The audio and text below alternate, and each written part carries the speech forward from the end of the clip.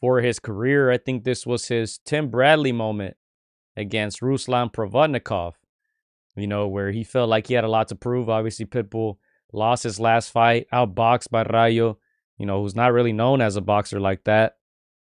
Tim Bradley had a lot to prove after, quote unquote, beating Manny Pacquiao, at least in the eyes of the judges. He had a lot to prove, and mostly, I think, to himself against Ruslan Provodnikov, and we saw how that fight kind of turned out. Unnecessary punishment, you can say, an unnecessary game plan by Tim Bradley, but entertaining fight. I think Pitbull did the same. I think he had a lot to prove. Took a lot of punches in this fight. As I said, got hurt at least once where it was visible, where he kind of wobbled back. So yeah, I don't learn anything from Cruz. I don't think this helps him at all. I think he should have taken the Ryan Garcia fight. And yeah, I think, as entertaining as this fight was, I think he has to get in the back of the line now because those guys are making moves. Ryan Garcia's fighting Rolly. Teofimo's supposed to be fighting soon. There's, 140, 147. Those guys are going to be moving around. So I don't think anybody's going to sit around waiting for Pitbull Cruz, Chris. Yeah, in the I want to say, like, in the sense for the fight fan, for the Mexican fight fan, people are gonna love him, for these kinds of fights. They're gonna say, this is why we love Pitbull. This is why we watch his fights. He always gives us, just barn kind of fights where, like, it's the Mexican style. Again, we said in the past, this is a business as well. Again, these are people too. These are fighters. Each fight takes a little bit out of you, so you have to kind of maximize, your earning power each and every fight. At this stage, I think he doesn't have much to prove to the Mexican faithful. They already know he's a dog. They already know he's going to go in there and put on a show. I think now he has to think about, the right fights, the right moves for himself, because again, we've seen what happens to fighters that have this kind of style, Gio. They're not the same. Once they retire, you start to see, the what happens to them, what happens to their brains outside of the square circle. Again, I know that Pitbull wants to give the fight fans the best fights possible. That's why he gets a big pop every time, there's a press conference, every time there's a build to a fight. People love him, but again, he's gotta think about his health, think about, life after boxing. We said it previous podcast, if it's a tougher fight than anticipated, if he loses, like, he's gonna regret it. You gotta kind of secure the back. So again, the fans will love him. They will continue chanting his name if he keeps giving these kinds of fights. But I don't know, man. Again, each fight like that takes a little bit out of you, and you said it, Gio. As he's moving up in weights, he's not carrying that full power that he did at the lower weight division. So I don't know, man. Again, he's gotta try to make the most money without doing overtime, in my opinion. Hey, look, a comment here says, El Pinchi says Pitbull should have been the co-main, Chris, and let's move on to that, because that co-main wasn't very exciting. We both predicted that, Figueroa would get his get back. Chris, what was wrong with Figueroa? I mean, this was shocking to see. I don't know if he threw any power punches in the first half of the fight. I don't know. Was he sick? Was he injured? What was wrong with Figueroa, man? Again, I mean, we don't know too many of the factors that are going on behind the scenes, but something that we clearly see that, I interviewed a lot of the Joel Diaz fighters. A lot of those fighters sparred with Figueroa. They know him as a volume puncher at 122. They told me that once he gets you against the ropes, once he gets you in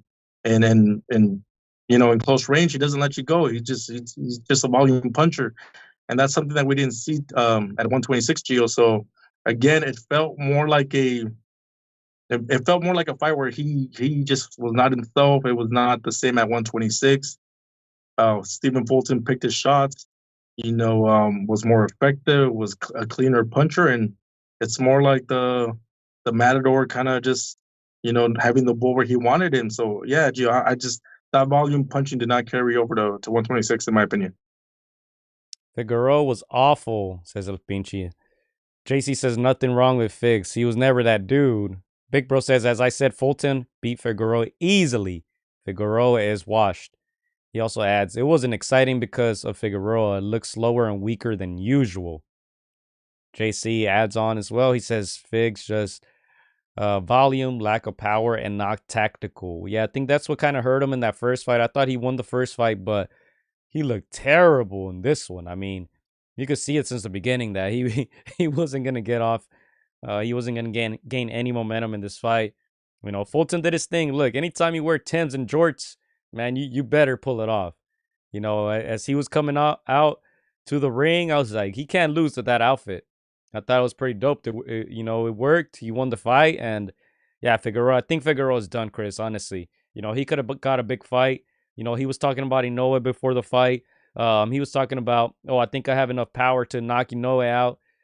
We got to get that out of here. And I like Figueroa, but I think he's done being one of the top guys at 126. I don't know. Maybe he needs a new trainer. Chris, his dad is his trainer.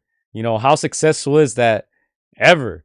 You know, unless your last name is Mayweather, unless your last name is Garcia, like there hasn't been many successful, you know, father son duos.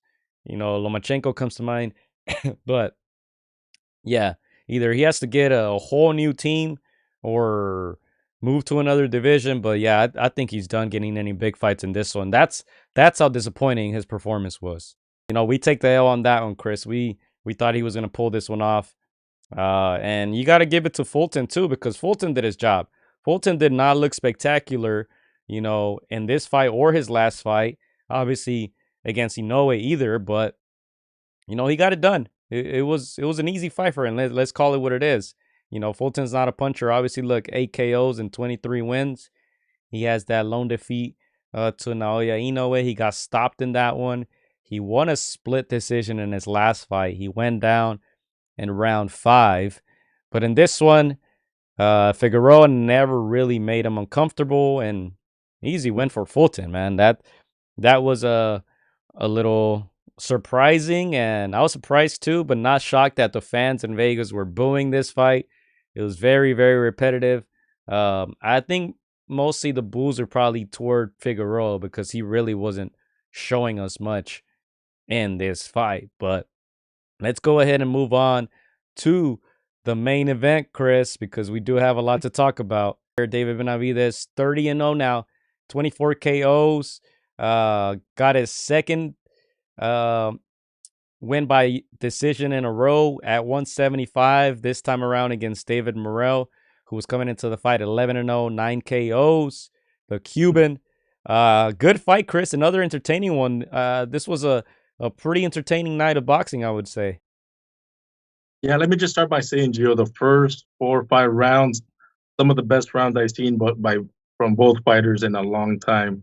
Again, you dream of these fights, you dream of these starts, and you rarely get them. You usually get people downloading, you know, the other opponent. You get one guy, you know, teeing off on the other. But man, this one was toe to toe action. You know, both men started very well. Benavidez started fast, something he doesn't normally do, in my opinion. Morrell was boxing well, having his moments. So the first 4 or 5 rounds, obviously the whole fight was a great fight, but the first 4 or 5 rounds were exceptional. Everybody was on the edge of their seat where I was watching the fight. You know, I was watching it at Spotlight in over here in Indio. Everybody was Theos. Everybody was here, bro. And again, everybody was on the edge of this. They were like, "This is the kind of action we want to see."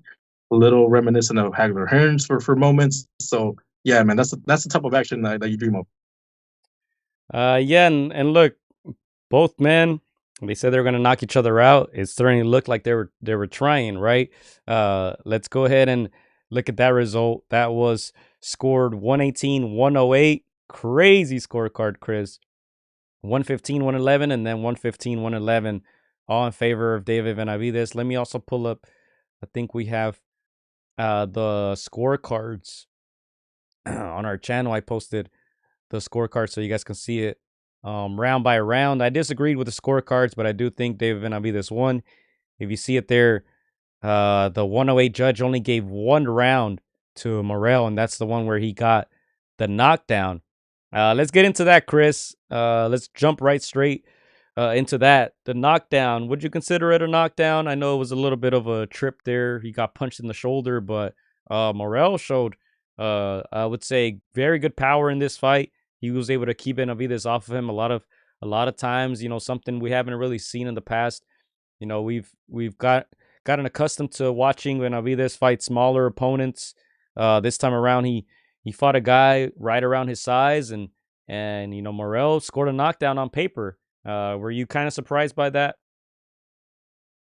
No, I wasn't too surprised. I actually expected Morrell to do better, to be honest. But just to stay on the topic of the knockdown, it's a knockdown. He threw a punch, a little off balance for David Benavidez, a bit of a rookie mistake in my opinion, and a bit of a veteran move by Morrell, being so young and experienced. But yeah, a knockdown. It wasn't a clean one.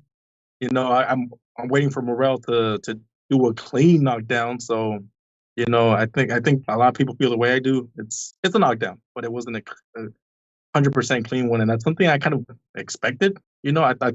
I felt Morrell's amateur pedigree, his boxing style was gonna give Benavidez a little bit more trouble, more problems. I didn't think he was gonna be there to be hit as cleanly as he thought. And obviously Benavidez said the same. He's like, I'm surprised I was able to touch him as much as I did. But again, great fight, great performance by both fighters. And yeah, man, again, I scored it 8-4 Gio for Benavidez. It was competitive up until the fifth, sixth, and then I feel like Benavidez kind of took off. Later rounds, Morrell has some good moments, but too few in between. But again, a great fight nonetheless, and props to Morrell for taking this fight. When I have said in the past, it was a little too premature. Yeah, as some of the guys in the comment section are saying, his inexperience showed, and that's the part that I was concerned with. I think we knew going into this one that Morrell, he's a good fighter. We just didn't know how good he was, and I could feel confident saying that Morrell's the real deal. I think he beats a lot of the guys at 75 and 68. This fight perhaps a little too soon for him. I think he didn't always manage the fight well. He came out fast and strong in the first round. I think Benavidez kind of forced him to, and at times he was dictating the pace. Sometimes he was just going to the corner, going against the ropes with his hands up. He didn't seem too bothered by Benavidez' power, but at the end of the day, Benavidez was scoring. So, yeah, I think obviously Benavidez won this fight. Scorecard's way too wide. Not really surprised. It's PBC. Benavidez is the A side. He even got a break from our guy Thomas Taylor. When he punched Morrell after the bell, and then Morrell punched him back. And at the end of the day, that really didn't make a difference because in a 10 must system, Morrell had scored that knockdown in that round, so he still ended up winning 10-8. So at the end of the day, it didn't affect him, which that's kind of a smart move if you want to, you know, throw do something like Morrell did, throw a punch after the bell. Kind of hurt Benavidez too. Didn't really end up costing him, but um, yeah, I think they they were always going to score this for Benavidez. They're trying to set him up for bigger things, and we'll see if they let us know what the pay-per-view numbers did, but the attendance looked good. Not sure they sold many pay-per-views, but Benavidez little by little starting to make a name for himself. I don't know if he takes the fight against the winner of, you know, Beterbiev and Bivol. I don't think he beats either guy. Um, but yeah, it was an entertaining fight, and things are a little different when you fight guys your size. So look, he wasn't able to really harm Vostek at all in that fight. Vostek, who's almost 40 years old, who retired for so many years, and against Morrell, he didn't really look like a monster. So we'll see where Benavidez goes. I don't think he takes the match against Beterbiev and Bivol. He mentioned Zurdo Ramirez perhaps going to cruiserweight. I think that's an interesting fight. But yeah, I think this fight was entertaining nonetheless.